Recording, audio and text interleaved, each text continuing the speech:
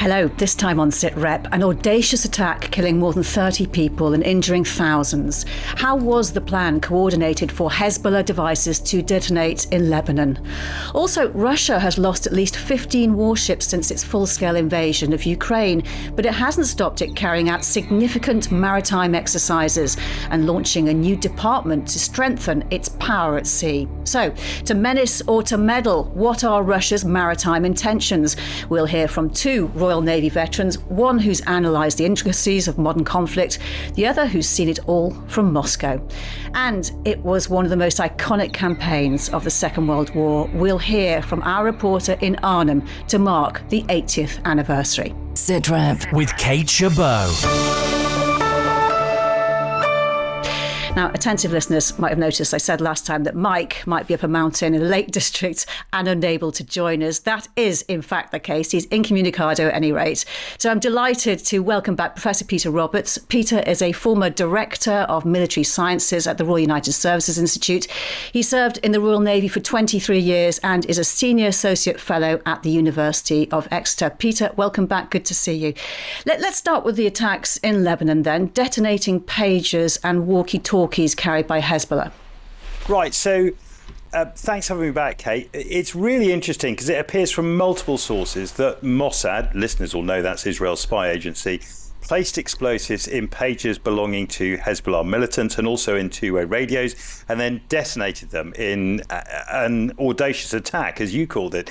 And it's killed and injured a considerable number of people. The pagers, it happened on Tuesday the 17th, the walkie-talkies on Wednesday the 18th. Perhaps not so coincidentally, Hezbollah switched to these devices earlier this year after banning mobile phones, saying they were too easy to track.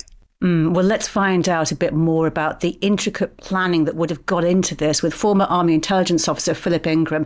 Philip, great to have you on Sitrep. How was this plan orchestrated? This was an extremely audacious plan. It's something that will have been in the planning for months and months and months, and will have taken multiple elements of the agency to come together to do it. So the intelligence gathering bit at the beginning will have been key to this, identifying what Hezbollah's supply chain was. And setting the conditions for Hezbollah to need to change their technology. So it wouldn't surprise me if there's a lot of disinformation or certainly amplifying disinformation around the decision for Hezbollah to move from mobile phones to pagers, and then setting up the manufacturing process to manufacture the explosive elements that would put into the devices and then to disassemble devices and put it in there. A massive, massive operation. And how would they actually get the explosives into the devices? Well, what will have almost certainly have happened, and here I'm speculating, but having had my own little Q section in my battalion when it was based in Germany, we did things like this with surveillance devices. But you sit there, you look at what the device is that you're going to put the additional components into. You've got one, you take it apart, you find out the space that you can put it in, you design something that will go in there, and then you insert it. So you'll have pre-manufactured the elements that will have gone in, so and made sure it's wired in a way that whenever you hit the trigger signal, it does what you want it to do. And Philip, you mentioned the ways, the efforts that might be made to stop Hezbollah using their mobile phones, making them think it was too easy for them to be tracked. Now this attack on pagers and walkie-talkies as well. How will they communicate next, do you think? Well, this is part of the problem that they've got. This hasn't just had a physical impact on, and let's look at this seriously. People who are the more important people in Hezbollah, they will be getting the newest kit, and they will be the ones carrying pagers. So it's disabled a lot of them. It's completely disrupted their communications networks because their mobile phones can be tracked. We all know that. But so they won't want to use mobile phones. They now won't trust any new technology that they've got. In fact, they probably won't trust any technology. So they're going to have to get back to face-to-face. But they haven't got the senior leaders around to have these face-to-face meetings because most of them are in hospital and some of them are dead. And then you've got the psychological impact, the psychological repercussions of this when it comes to trying to introduce new tech new techniques, ways of talking. That's unmeasurable. This, from a military perspective, was a perfectly targeted attack and completely within the rules of engagement. And how useful might these attacks be as a way for Israel to collect intelligence on Hezbollah? Oh, massively useful. Israel can sit now and watch all of the hospital admissions, and will be no doubt have access to the hospital records, not just inside Lebanon, but in other places. So they will have identified most of the Hezbollah serious operatives, and then be able to use that to expand and look for their contacts and everything else using wider signals intelligence techniques. So this is, from an intelligence perspective, you can't get something better as a trigger to give you opportunities to find things. I remember General Rupert Smith, before the first Gulf War, turned around and said, if you're looking at a mill pond that's completely still from an intelligence perspective, don't be afraid to throw a pebble in and watch the ripples. Well, this was a pretty good pebble that's been thrown in, and the ripples will be going for quite some time. And just finally, Philip, what will the British military be looking to learn from these attacks? Well, I don't think it's just the British military. I think it's militaries and security organizations across the world will suddenly be going, we need to make sure that our supply chains are secure. We need to ensure that we know that anything that we're ordering has not been tampered with. Supply chain attacks per se, when it's looking at small numbers of devices and things, they're not common, but they're not unusual. However, something on this scale where it's weaponized products that have been sent into a military organization is unique, I think. I can't think of another instance I know of at this scale. Philip Ingram, great to speak to you. Thank you very much for your time. Thank you very much indeed. Peter, that issue on supply chains, presumably the British military supply chains are very tightly secure as they are at the moment. What kind of implications are there? So I think it's a really good question that Philip raised and you've just posed. This idea of offshoring, buying from commercial contractors without sort of the necessary scrutiny is a worry. And it's something that has not been given a huge amount of attention previously. There's certainly a number of checks. I think there are three things three big areas the British military is going to be concerned about. Firstly, how do you prevent and defeat an attack like this?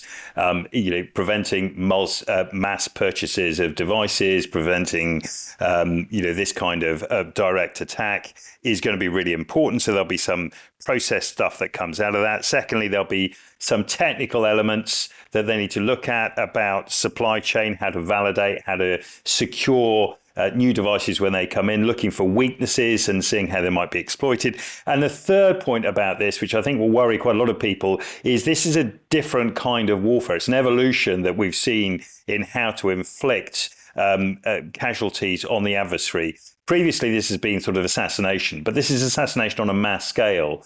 We've talked about this for a couple of years in terms of personalizing warfare, and this is very much the way that it's been executed. It is a new era of personalized warfare. How you're able to do this again and repeat it is much more difficult. Now that, Pandora's box has been opened, people will be taking measures to prevent this kind of thing or try and prevent this kind of thing before. It might well have been just a one-off, and I'm not sure we'll see it's like exact in this format again. Okay, Peter, that's really interesting. We'll be watching, though, because it is a moving situation. It can have developments at any time. Let's move on to things maritime now, and more especially the state of Russia's navy and its ambitions at sea, because the Russian Federation has just established a new maritime council that answers directly to President Putin to project its maritime power.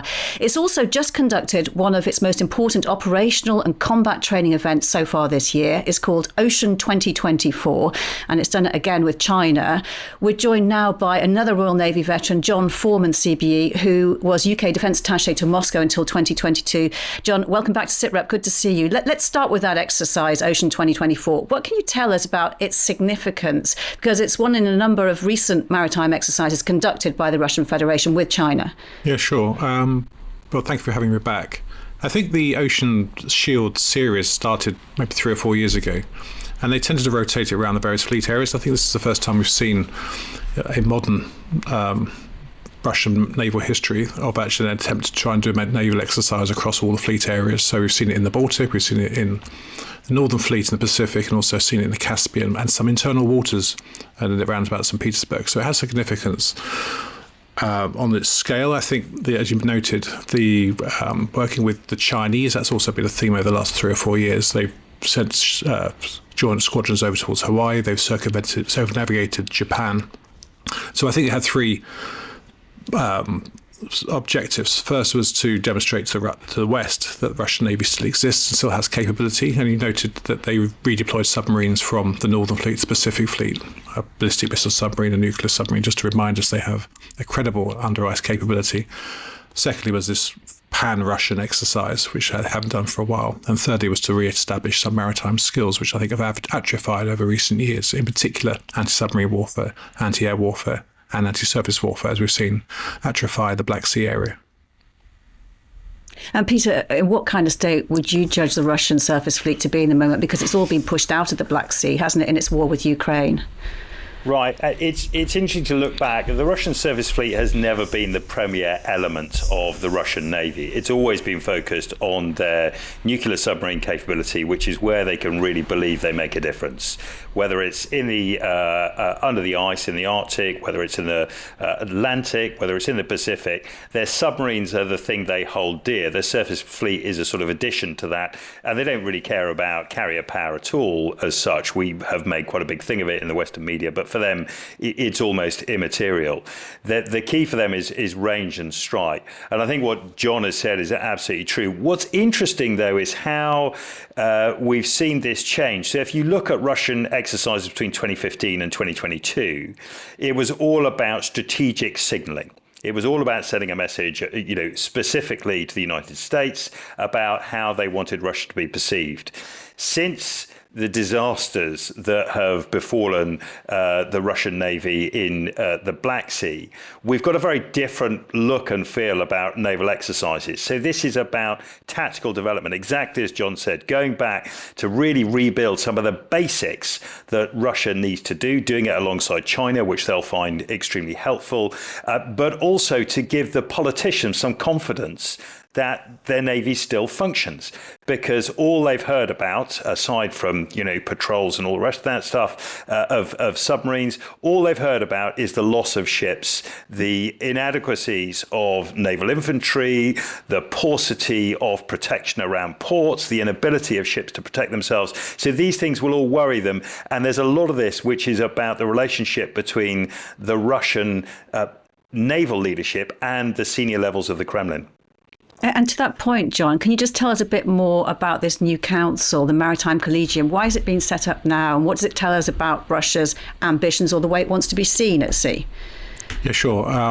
Putin's been speaking about the Navy for about 10 years now, and he's sort of put it as within his frame of Russia being a great power, that Russia is not only a great continental power, it's also a great maritime power. And he re-established the naval parades in St. Petersburg. He's spoken a lot about it. He's been seen on ships. And there was a new maritime doctrine published in 2022, which expressed these ambitions that Russia would have access to the world oceans for trade, was a great maritime power. So I think the council, or the collegium, or the board, whatever they call it, under Mr. Patrushev, who was previously the Secretary of the National Security Council, does show that Putin is serious about the maritime side, and also that he's placed Putin has placed a key trusted confidant in that role to bring together development of the Navy, development in the Arctic, and wider civilian maritime sort of shipbuilding skills. The question, of course, is whether the rhetoric is matched with actual reality and whether actually anything changed. As Peter said, the Russian Navy and the Russian merchant marine have waxed and waned throughout centuries, and in particular since the end of the Cold War. I think that Russia's Navy has been focused more defensively to prevent the US having access to Russian borders, to actually, in particular, American carrier power. The question is whether they can change that narrative and actually change the Navy and the merchant marine to actually have a more global role. I'm sceptical, as I think Peter is, but I would say power projection is one of the roles of the Russian Navy. And as the special military operation has shown, trade by sea is becoming increasingly important to Russia. It has to get its hydrocarbons and its agricultural produce to market. They can't do that by land, as it has done, so it's thrown the emphasis back onto the sea. And Peter, just to go back to the point you made earlier, for the Royal Navy, is it fair to say that the biggest preoccupation really is protecting its continuous at-sea nuclear deterrent? And in that light, is Russia's submarine capability seen as more as a threat or a nuisance? I think it's definitely a threat. I would say, in terms of the UK's nuclear sea deterrent, those Vanguard-class boats that carry the Trident nuclear missiles, I don't think that's the Royal Navy's biggest preoccupation. I think it's the Ministry of Defence's biggest preoccupation. It is a national asset. It is the crown jewels of our security. If you cannot keep that secure, safe, undetected, independent, then really, the whole credibility of the UK as a security actor, and indeed our national security calculus, changes completely. Now, that's not so different from the Russian calculus, right? They put their nuclear firing submarines at sea. It's in a geographic area known as the Bastion. It's the biggest, most protected area that they have of sea, high up north, near the Arctic. I mean, it's, in that way, Russian doctrine about protecting these crown jewels is very similar to the UK's one in sort of philosophical terms. And those reasons why you focus on those things mean that's where your effort and your spending must be, in order to ensure they're undetected, they're not seen, they're not threatened. And those things really form the basis of deterrence posture as a whole. And that is for Russia, it's for the UK, but it's also for France and for the United States as well. And in due course, it will be for China.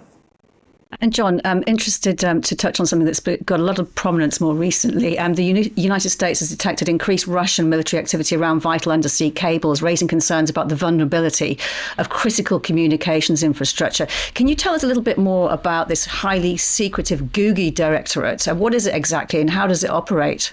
Yeah, sure. Russia's been interested in underwater infrastructure since the 1960s. That's when this GUGI directorate within inside the Ministry of Defence was established. First of all, it's very murky. I think we think it's part of the main intelligence directorate, the GRU.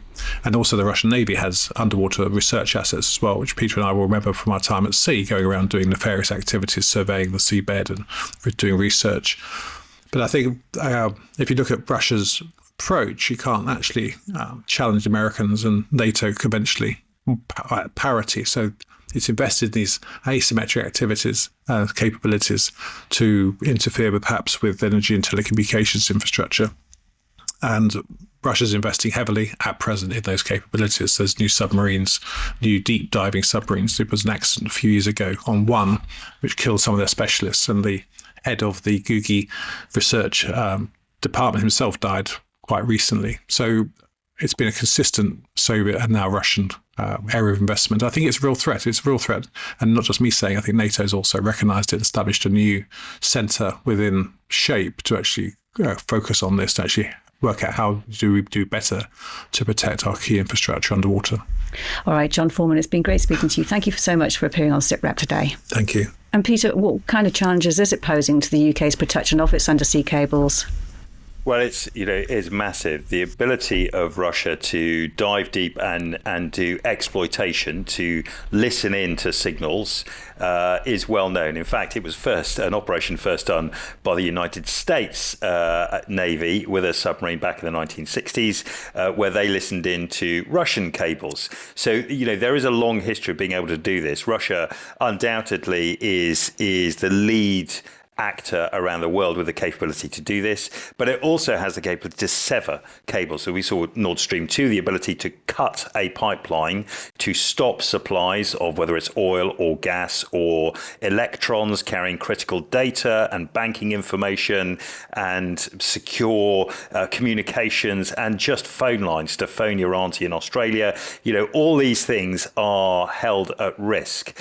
And the Russian submarine capability undoubtedly poses a severe threat to all of that. The last government in the UK brought that to the fore, recognised that threat and took some action. It feels likely this government will do the same thing. It's about surveillance, about countering that threat, because whilst we might not think that it's an existential threat, it maybe doesn't threaten our food supplies, what it does threaten is our ability to heat and communicate. So, to sever that kind of stuff, the challenges being posed mean that it would change life as we know it as a society if a coordinated campaign was undertaken by an actor against the UK's undersea cables. Protecting those, therefore, becomes really important. Now, it was one of the most iconic campaigns of the Second World War, immortalised by the film A Bridge Too Far. Operation Market Garden is regarded as the largest combined airborne and ground offensive in history, involving British, American, Canadian and Polish allies. But the main objective, to capture the bridge over the Rhine at Arnhem and open the route to Germany, failed, with the loss of tens of thousands of lives. Well, to mark the 80th anniversary of the launch, a series of events are taking place, regarded as the final full commemorations of the mission. Well, Sitrep's Tim Cooper is in Oosterbeek. Tim, tell us about where you are and what Arnhem looks like today. Hi, Kate.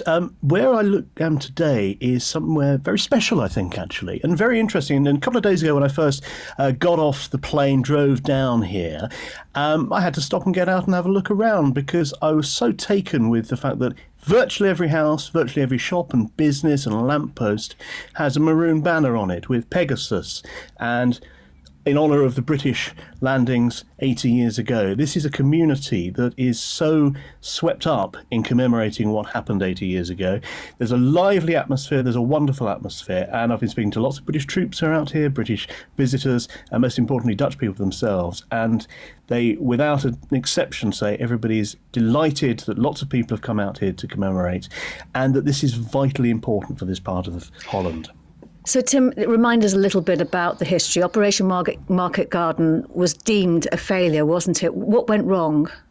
A lot of things. It's a really, really complex part of the Second World War.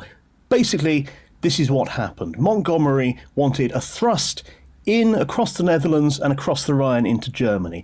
Eisenhower, the overall Supreme Allied commander, wanted a broader front. Montgomery quite simply threw his tanks out of his pram and had a massive row with Eisenhower, and a thrust was decided upon. Operation Market Garden. In fact, two operations. Market, the first part, was to land via gliders and parachutes and capture key bridges, 9 of them, at various locations around where I am here. The second part, Garden, was to reinforce those bridges through ground troops coming up, in this instance, from the south. Now, if you remember D-Day, we of course had airborne and glider landings very early on in D-Day, before any beach landings, to capture the big bridge now known as Pegasus Bridge over the Caen Canal. And that was a success, and Montgomery, of course, was behind that. This wasn't because it was too complicated, firstly. If any one part of this went wrong, the whole thing could tumble like a stack of cards. For example, the British managed to get to the bridgehead at Arnhem on the north bank of the river there and hold that bridge. Great, you might think, but only half of that number made it across. There were some others in the second wave. They couldn't come out. When they did land there, they couldn't communicate with each other. The radios only worked over distances of 2 miles. If that wasn't bad enough, the radios weren't tuned correctly, so they wouldn't talk to each other. And if that wasn't bad enough, the radios were actually tuned to frequencies of German and British commercial or civilian radio stations. So that was a shambles. And then the reinforcements just couldn't get through. There were many, many more troops in the area, including some units of the Waffen SS, and the resistance was much harder. So one thing went wrong, many things went wrong, the whole thing crumbled. But it's important to remember that it wasn't a complete failure. Yes, the bridge at Arnhem was a bridge too far, to quote that famous film, but other bridges were captured. The bridge at Nijmegen down the road was captured. So it did partially work, but the bit here at Arnhem was a failure. And Tim, in the end, that failure probably prolonged the war, yet the events this weekend are there to honour the memories of those who took part, aren't they? Yes, they are, and that's a really, really interesting point, because I was coming out here thinking, how are the Dutch going to react to this? Because ultimately, a load of allies came here and laid waste to their town. In essence, I know they didn't do it deliberately, there was fighting between the allies and the Germans, but the Dutch people I've been speaking to are saying, yeah, it was horrible. 500 Dutch civilians died. Hitler imposed food rationing. 22,000 more died of starvation after this happened. But, and this is something they tell me that you probably don't understand because you've never been occupied as a country, It was a sign that something was changing. It didn't work, but we knew people were fighting for us, and we knew this was the start or the beginning of the end. So for that reason, there's immense gratitude here today. And Tim, a significant, I'm thinking, moving part of the commemorations has already taken place at Oosterbeek with the reburial of 2 British soldiers. Tell us about that. Yes, it was a very moving occasion, 2 separate burials. The first one was Private Henry Moon from the 7th Battalion, the Green Howards. He died on the 1st of October 1944, and his remains were eventually found during some ordnance disposal work. His cap badge got them on the right track, and the Dutch team here in the Netherlands managed to do several DNA tests. It took them 4 years, but they eventually found out it was him. He was reburied today. I spoke to his great-nephew, a policeman from Scotland, who was absolutely humbled and a bit gobsmacked by the hundreds of people that came out to see that reburial. The second happened in the afternoon and was a Lieutenant Dermot Anderson from the Glider Pilot Regiment, Army Air Corps. And I spoke to his relation, who actually happens to be a Lieutenant Colonel, still serving, been in 32 years, and he told me he couldn't believe it when they found his relative's remains, because he'd been on battlefield tours and must have walked past where his body had lain for 79 years, about 20 feet away, many, many times. So incredibly moving and beautiful as ever. As always, the Commonwealth War Graves Commission do a spectacular job. That's absolutely breathtaking. Tim, who else is taking part in these events? As I presume there are very few veterans still around. Very few, but there are some, and they are taking part. So that is great news. But going back to this community sense of things, this other events in the Second World War we commemorate, the Battle of Britain, for example, we very much focused on the veterans, absolutely rightly, of course, but this is a community thing. I was speaking to a grandmother and her grandson outside a supermarket, and she said, he learns all about it. He's going to be in a play. My daughter's in a film show. It is the community. So this is a commemoration for this whole part of the Netherlands. So everyone is welcome. There were even a contingent of Bundeswehr soldiers from the German army at the cemetery the other day, and they were welcome as well. So it really is a time for the whole community to remember. And what else is planned over the weekend?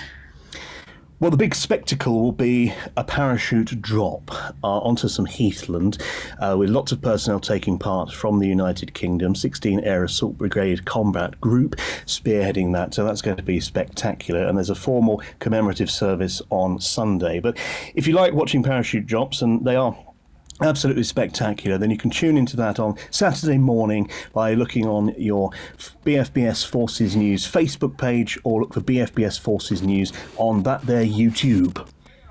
Tim, really good to speak to you. Look forward to seeing it. Tim Cooper, thank you so much. Thanks, Kate. Peter, of course, that film, A Bridge Too Far, a favourite with the BFBS audience, is soon going to be one of the few ways of learning about Market Garden as veterans' numbers dwindle and events like the ones this weekend scale back. What is the best way to preserve this kind of history? It's a great question, Kate. Right? How do we get a new generation to understand the legacy that the greatest generation left us? Because, of course, the new generation consume information in really different ways. Oral and visual histories are the really powerful tools, as is Hollywood, which is why that movie is so iconic. I mean, social media is ubiquitous, right? And it holds more attention of young people than history lessons in school, perhaps. Big military live events aren't as critical in storytelling to the next generation as they've been previously. There are some great exhibitions at the Imperial War Museum in London, Royal Armouries in Leeds, various places around the country. But actually, it's about the storytelling, about the films, about the snapshots, about the YouTube, about the social media. This is how we've got to engage to retain the kind of understanding and knowledge that the current generations really have. But that doesn't mean that we should write off, in my opinion, these big live military events, the community events, because they're also important for military personnel and the local community. It doesn't involve entire generations, but it involves really important groups of people. So it isn't just about the next generation. It's equally important that we enable the focus of people in uniform to allow them to relate to what their predecessors did, building on that unique bond between people in the profession of arms. It's a really tricky challenge, one that doesn't pay back, but it's really important too. Yeah, and it's really interesting when talking to him to have heard the kind of sense of community and appreciation that he felt just by going there. I think he was quite blown away by it, but it just goes to prove the point, illustrate how those kind of events, those commemorations still have a great resonance today. Peter, really good to speak to you. Thank you for your time today on Sitrep. Professor Michael Clark and I will be back with another Sitrep next Thursday. Until then, from me, Kate Chabot, thank you for joining us. Bye-bye for now.